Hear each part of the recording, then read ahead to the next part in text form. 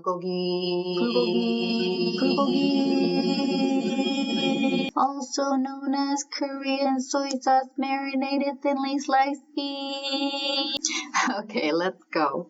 Get some thinly sliced beef. All you need is soy sauce, sesame oil, and a sweetener. We have honey today.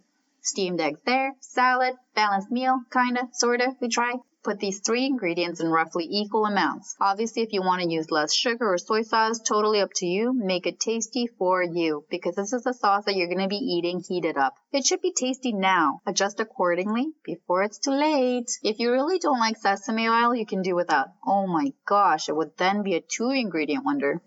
But I freaking love sesame oil. We keep our meats frozen. Thinly sliced meats are great. You'll see that they thaw really fast and cook really fast too. This sauce is good for any cut of meat, or you can keep it completely vegetarian as well. Medium mushrooms like portobellos would be good, just don't overcook them. Whatever's in your fridge is good, wherever you want this Korean bulgogi flavor. Massage it around a bit. You can also marinate this in the fridge ahead of time. We're a little weak in the meal planning department. If the little children are hungry, getting hangry, give them something to snack on so they won't destroy the house while you're cooking. This is actually a bit embarrassing to post twice. Yes, we do have another video about bulgogi, but that one uses ground meat, so it's different, right?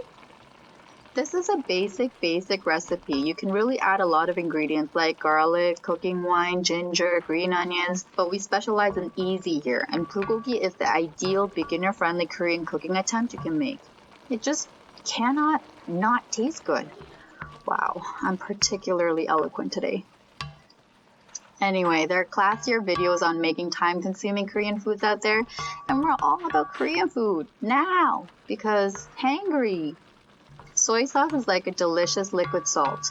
Honey, yummy, it's sugar. And sesame oil just makes everyone get into a nice loving hug. It's a wonderful Korean hug for your mouth. Feels good. Bulgogi is a sweet and savory dish, and cooking at home you can customize it so much. For example, I love it just the way it is right now, but honestly, for Oppa, this one is purely for the family. He doesn't like things this sweet. So if you're a crazy spice addict like him and don't have to worry about children or people with taste buds like children like me, you can drastically reduce the amount of sugar and pump it up with spices. Of course, the most obvious thing to do here would be to add gochugaru, the spicy red pepper powder, or gochujang, the spicy red pepper paste. I wouldn't do both. Apparently that would be a waste of ingredients, seeing how gochujang is made from gochugaru and so on. But that would probably not be enough for Oppa, who doesn't find gochugaru spicy at all and eats it because it makes it taste like Korean food but thinks it does nothing in the heat department. He has eaten a Carolina Reaper raw and has lived to tell the tale.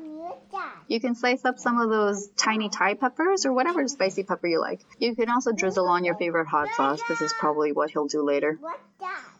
You can continue to cook this until the sauce becomes thicker, but what we like to do is, let me show you what we like to do.